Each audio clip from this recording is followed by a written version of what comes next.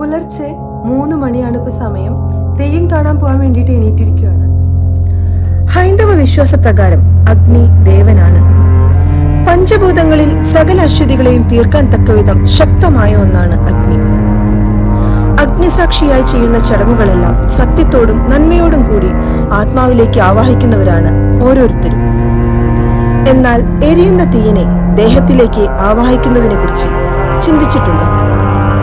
എരിയുന്ന തീയും കനലും ഭയത്തോടു കൂടിയല്ലാതെ നിങ്ങൾ നോക്കി നിന്നിട്ടുണ്ടോ?